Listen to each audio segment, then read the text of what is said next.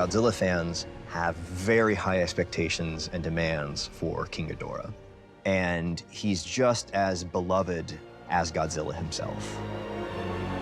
You literally have two kings squaring off against each other.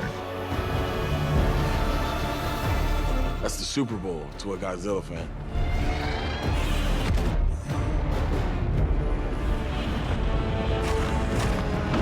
Any fan needs to be able to see it and say that's King Ghidorah. But at the same time, you want that modern, realistic interpretation of that. Whether it was visual design of the creature or his performance, his sound, we had to be willing to push the boundaries a little bit.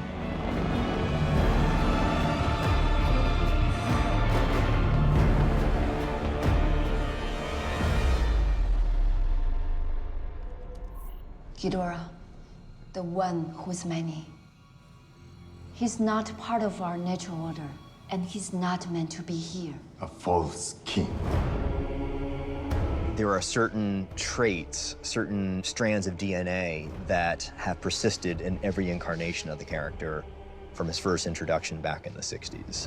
He's golden, 3 heads, very strange bat-like wings, and a very distinct cackle. King Ghidorah very clearly has his origins in the legendary Greek Hydra, but the way that he looks is based more on Eastern mythology. If you really look at his head, his facial features, his horns, even his scales, and just the overall flow of his body, it's very much an Eastern dragon, which is distinct from Western style. Ghidorah, for me, was the scariest one of all of them because each head has a character and a different personality and a different roar.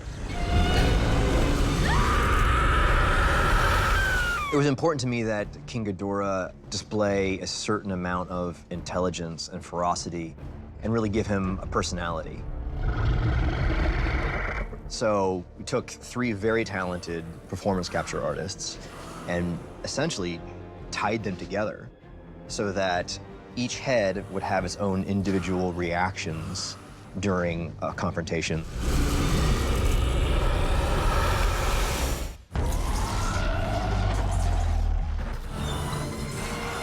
Motion capture is a great way to record the performance of an actor, whether it's their facial expressions or their body language or a combination of the two, and apply it to a digital character. In a lot of ways, it was like we were going back to the techniques they used from the 50s to the 70s. You're still relying on the performances of human actors to bring these 350-foot-tall creatures to life. So it was sort of the modern way of doing a man in a rubber suit. There's a few little moments in the movie where you get to see the 3 of his personalities interact. And for me, those are the moments where I can emotionally connect to him. The center head is the very serious alpha who really calls the shots.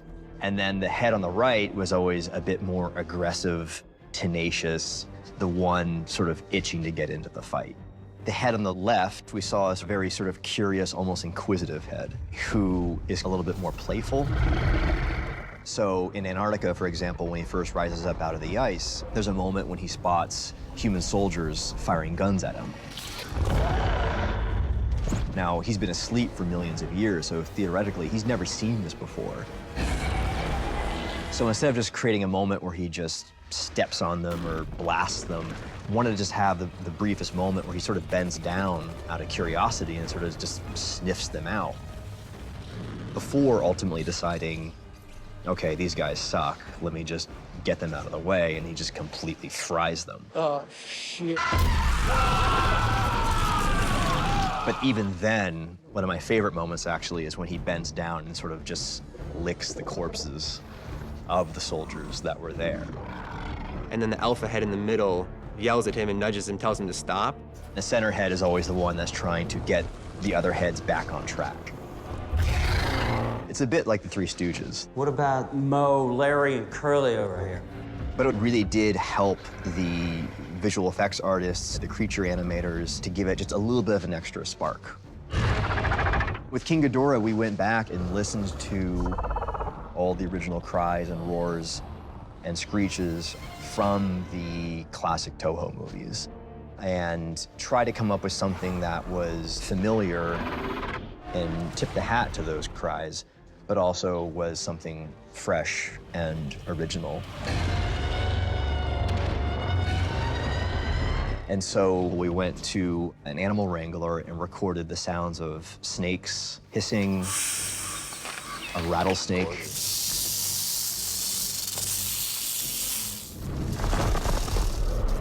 So it was a lot of fun to try to create something that was unique and modern, but also harken back to the old school movies to satisfy the fans.